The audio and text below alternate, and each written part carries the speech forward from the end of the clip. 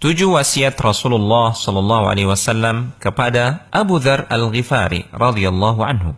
Abu Dzar Al-Ghifari radhiyallahu taala anhu mengisahkan, kekasihku Rasulullah sallallahu alaihi wasallam pernah berwasiat kepadaku dengan 7 hal. Pertama, supaya aku mencintai orang-orang miskin dan dekat dengan mereka.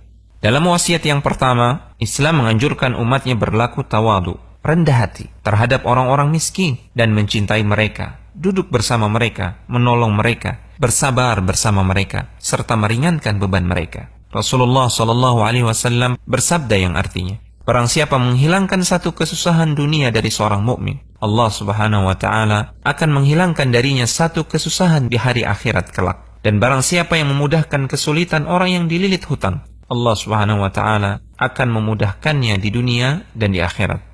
Kedua, beliau memerintahkan agar aku melihat kepada orang yang berada di bawahku dan tidak melihat kepada orang yang berada di atasku dalam pencapaian duniawi. Rasulullah sallallahu alaihi wasallam juga pernah bersabda yang artinya, lihatlah kepada orang yang berada di bawahmu dan jangan melihat orang yang berada di atasmu dalam pencapaian dunia. Karena yang demikian itu lebih patut agar kalian tidak meremehkan nikmat Allah yang telah diberikan kepada kalian. Namun dalam masalah agama, ketaatan, pendekatan diri kepada Allah Subhanahu wa taala, meraih pahala dan surga, maka sudah seharusnya kita melihat kepada orang-orang yang berada di atas kita, yaitu para nabi, orang-orang yang jujur, para syuhada, dan orang-orang yang saleh. Ketiga, beliau memerintahkan agar aku menyambung silaturahmi meskipun mereka berlaku kasar kepadaku.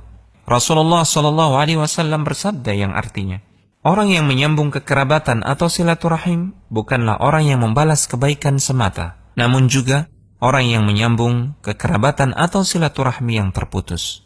Dalam wasiat keempat, Rasulullah sallallahu alaihi wasallam menganjurkan kita untuk memperbanyak ucapan la haula wala quwata illa billah. Tujuan dari kalimat ini adalah agar kita melepaskan diri kita dari merasa mampu untuk melakukan sesuatu tanpa pertolongan Allah. Dan kita serahkan semua urusan kepada Allah Subhanahu wa taala. Sesungguhnya yang dapat menolong dalam semua aktivitas kita hanyalah Allah.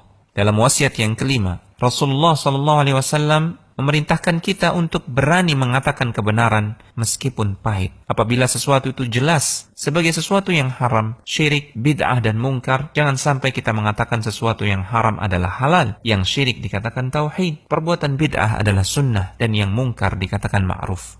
Dalam wasiat yang keenam, beliau berwasiat agar aku tidak takut celaan orang-orang yang mencela dalam berdakwah kepada Allah Subhanahu wa taala.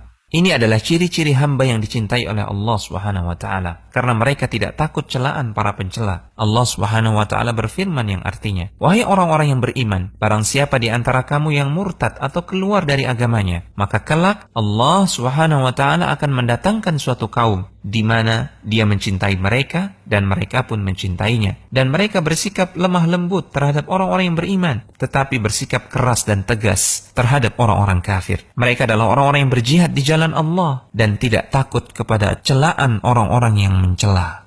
Dalam wasiat yang ketujuh, Rasulullah sallallahu alaihi wasallam memerintahkan kita untuk tidak bergantung kepada manusia, tidak meminta-minta kepada mereka. Rasulullah sallallahu alaihi wasallam pernah bersabda yang artinya, sungguh seseorang dari kalian mengambil talinya lalu membawa seikat kayu bakar di atas punggungnya, kemudian ia menjualnya sehingga dengannya Allah Subhanahu wa taala menjaga kehormatannya, itu lebih baik baginya daripada ia harus meminta-minta kepada manusia, mereka memberinya atau tidak memberinya.